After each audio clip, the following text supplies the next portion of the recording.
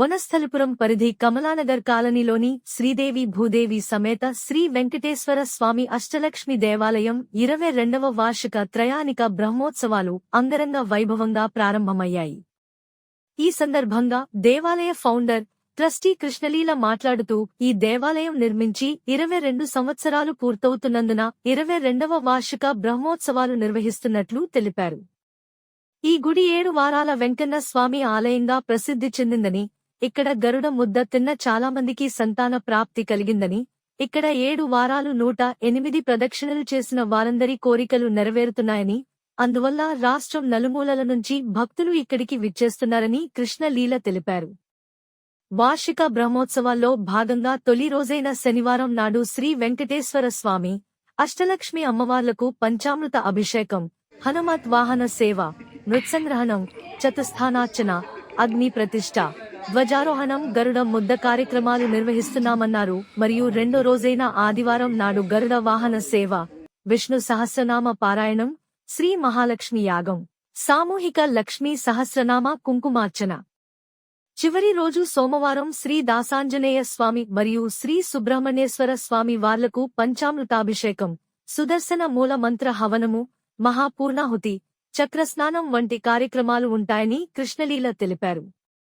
కావున భక్త మహాశయులందరూ వార్షిక బ్రహ్మోత్సవాలలో అధిక సంఖ్యలో పాల్గొని స్వామివారి కృపను పొంది తీర్థ ప్రసాదాలు స్వీకరించాలని కృష్ణలీల కోరారు. ఇది కమలానగర్ కాలనీ వెంకటేశ్వర స్వామి దేవాలయం అండి. కమలానగర్ కాలనీలో వనస్థలిపురం. ఇక్కడ ఇది దేవాలయం నిర్మించి 22 సంవత్సరాలు అవుతుందండి. ఇది 22వ వార్షికోత్సవం బ్రహ్మోత్సవాలు అనమాట.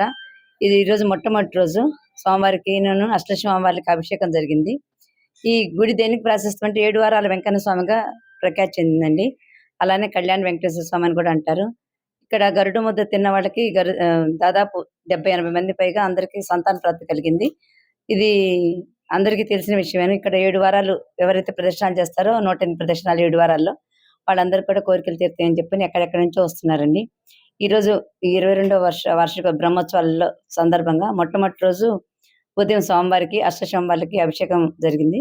సాయంత్రం పూట అనమాట అది గరుడ ముద్ద ప్రసాదంగా ఇస్తారు. గరుడ ప్రసాదం సంతాన ప్రాప్తి కోసం.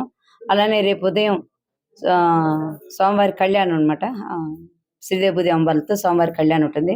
అలానే రేపు సాయంత్రం అష్టలక్ష్మి అమ్మవారి సందర్భంగా మహాలక్ష్మి యాగం ఉంటుంది. సహస్రనామ కుంకుమార్చన సామూహికంగా జరగబడుతుంది. ఈ నెల 3వ తారీఖు అంటే రేపు సోమవారం ఉదయం సుదర్శన యాగం జరుగుతుంది. సుదర్శనాల వారికి చక్ర స్నానం జరుగుతుంది. ఆ తర్వాత మహాపూర్ణాహుతి అండి. అందరి చుట్టుపక్కల నుంచి దాదాపు కొండాపూరు, మణికొండ అలాంటి చోట నుంచి, ఊర్ల నుంచి, నార్కెట్పల్లి అటు నుంచి కూడా వచ్చి వాళ్ళ కోరికలు తీర్చుకుంటున్నారు. వేరే ఊర్ల నుంచి వచ్చి కూడా. ఇదండి దేవాలయం యొక్క ప్రాశస్త్యం. ఉద్యోగ ప్రాప్తి అండి. ఉద్యోగాలు రావటం, వివాహాలు కావటం చాలా మందికి జరుగుతుంది. దాదాపు 10 సంవత్సరాలకు కూడా సంతానం కలిగిన వాళ్ళకి సంతానం కలిగింది ఇక్కడ. అలానే 7 వారాల్లో చాలా మందికి ఈ కోరికలు తీర్తాయని ప్రతి శనివారం కూడా 600 నుంచి 1000 మంది దాకా వస్తుంటారండి భక్తులు ఎక్కడెక్కడి నుంచో. కాబట్టి అది ఒక్కటే తార్కాణం అండి.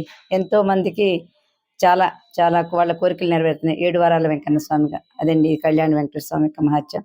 ఇంకా అంత దాని తోడు మీకు ఇంకా అంటే 7 వారాల వెంకన్న స్వామి ఊరికే పేరు ప్రఖ్యాతుల కోసం పెట్టలేదండి. చిలుకూరి బాలాజీ స్వామి గుడి ఎలా వీసా స్వామి అయ్యారో ఇక్కడ ఏంటంటే మొట్టమొదటి ఓన్లీ వెంకటేశ్వర స్వామిని పెట్టామండి ప్రతిష్టాపన 2003లో. అలానే అమ్మవారు లేరు, మహాలక్ష్మి అమ్మవారు లేరు, అమ్మవారిని ప్రతిష్ఠించాలని చెప్పని రామచంద్ర జీఆర్ స్వామి గారు చెప్పారండి. చూద్దాంలే మనకు అంత స్తోమత లేదు కదా అనుకున్నాము. అందులో 2014లో సరే అని చెప్పని ఒక మహాలక్ష్మి అమ్మవారిని పెట్టడానికి ఎలా వీలవుతుందని అనుకునేప్పటికీ ఫిబ్రవరి 12వ తారీఖునండి ఒక అర్చక స్వామిని కలవటం అయింది. ఆయన మార్చి 27వ తారీఖు ప్రతిష్టాపన ఉత్సవం పెట్టారు. అంటే దాదాపు మార్చి నెల 23 రోజులు, ఫిబ్రవరి నెలలో 16 రోజులు, మొత్తం 39 రోజుల కల్లా స్వామి అమ్మవార్లు వచ్చారండి, శ్రీదేవి భూదేవి అమ్మవార్లు. ఇది ఒక విశేషం అండి. రెండో విశేషం ఏంటంటే మనకి తార్కాణం మనం నిజంగా కనిపిస్తే అర్థమవుతుంది కదా. ఇక్కడ 2018లో 1,00,000 కుంకుమార్చన, 1,00,000 పుష్పార్చనప్పుడు పుష్పాల్లో మహాలక్ష్మి అమ్మవారి రూపం వచ్చింది. ఆనందపడ్డాము. అలానే వెంటనే సంవత్సరాల కల్లా మళ్ళీ కార్తీక మాసంలో ఒక లక్ష్మి యొక్క ఉపాసన వచ్చి మేము ఇక్కడ అమ్మవాళ్ళు ఇక్కడ ఉంటానంటున్నారు. సరే అని చెప్పి అనుకున్నామండి. అష్టలక్ష్మిని అలా ప్రతిష్ఠించడం జరిగింది. కానీ 18 సంవత్సరాల క్రితం ఏ ముహూర్తం అయితే స్వామివారు ప్రతిష్ఠించబడ్డారు. అదే ముహూర్తం 18 సంవత్సరాల తర్వాత అష్టలక్ష్మి అమ్మవార్లు వచ్చారు. ఇదంతా యాదృచ్ఛికంగా జరిగింది. ఇది మానవ సంకల్పం కాదండి. భగవంతుడు ఇక్కడికి రావాలని, అందరి భక్తుల కోరికలు తీర్చాలని నిర్మింపచేసిన గుడి.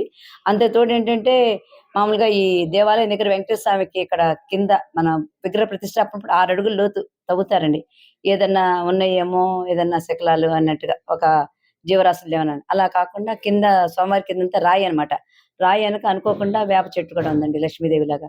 ఇదంతా గూడా మేము మామూలు ఉద్యోగస్తులము. మా వలన ఏర్పడింది కాదు ఈ గుడి. స్వామివారు కట్టించుకున్న దేవాలయం అని అందరికీ తెలుసండి. ఇది ఈ గుడి యొక్క ప్రాశస్త్యం. మనకు తార్కాణమే మీకు చెప్తున్నాను కదండీ! 7 వారాల్లో అమ్మవార్లు ఇద్దరొచ్చారు. ధ్వజస్తంభం వచ్చింది. అలానే మహాలక్ష్మి అదే ముహూర్తానికి మళ్ళీ 2019లో వీరి అమ్మ అష్టలక్ష్ములొచ్చారు. 6,000 మంది పైగా వచ్చారండి. ఎవరు పిలిస్తే వచ్చారు. దాని తర్వాత ఇంకోటి మీకు చెప్పటానికి ఇదైతే 40 రోజులు అష్టలక్ష్మి వాళ్ళొచ్చిన తర్వాత 40 డేస్ అయిపోయిన తర్వాత అప్పుడు కరోనా చెప్పారండి. అంటే కరోనాకు ముందైతే ఎవరు వచ్చేవాళ్ళు కాదండి. మీరు 6,00,00,000 ఇచ్చినా గూడా. 6,000 మంది పైగా భక్తులు తమ యొక్క ఇది దిగ్విజయంగా జరిపించుకున్నారు అమ్మవారందరితో గూడా. 40 రోజులు అయిన తర్వాత అనమాట మార్చి నెలలో మన కరోనా అని చెప్పి చెప్పలు పెట్టడం జరిగిందనమాట. ఇది ఇలా ఈ యొక్క దేవాలయం యొక్క ప్రాశస్త్యం.